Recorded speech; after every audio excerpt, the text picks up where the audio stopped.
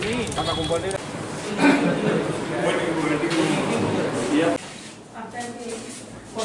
Vaccine দেওয়া হয়েছে প্রথম, আর যদি কোনো সমস্যা হয় তাহলে আপনি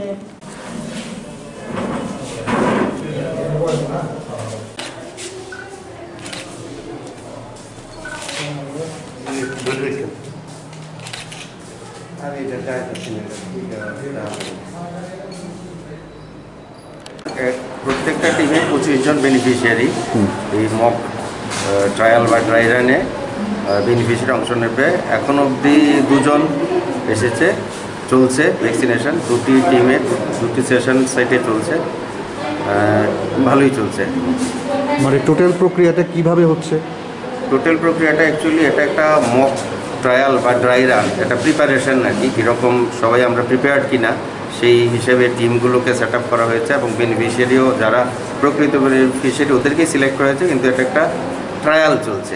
সেই ক্ষেত্রে প্রথমে প্রত্যেকের নাম আছে, বেনিফিশিয়ারি এনলিস্টেড আছে, ওদেরকে বাই টেলিফোন বাই মোবাইল ওদেরকে কনফার্মেশন করা হয় এই সেশন সাইটে আসার জন্য।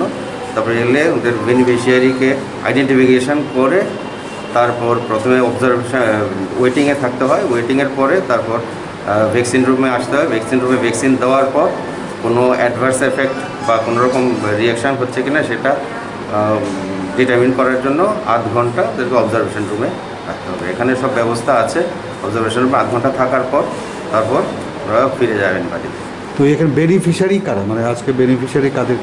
আচ্ছা, বেনিফিশিয়ারি অ্যাকচুয়ালি হেলথ ওয়ার্কার, এটা ফার্স্ট ফেজে সব হেলথ ওয়ার্কার, তো এমনি হসপিটাল আর ইনস্টিটিউশনে যত হেলথ ওয়ার্কার ওরাই ফার্স্ট বেনিফিশিয়ারি।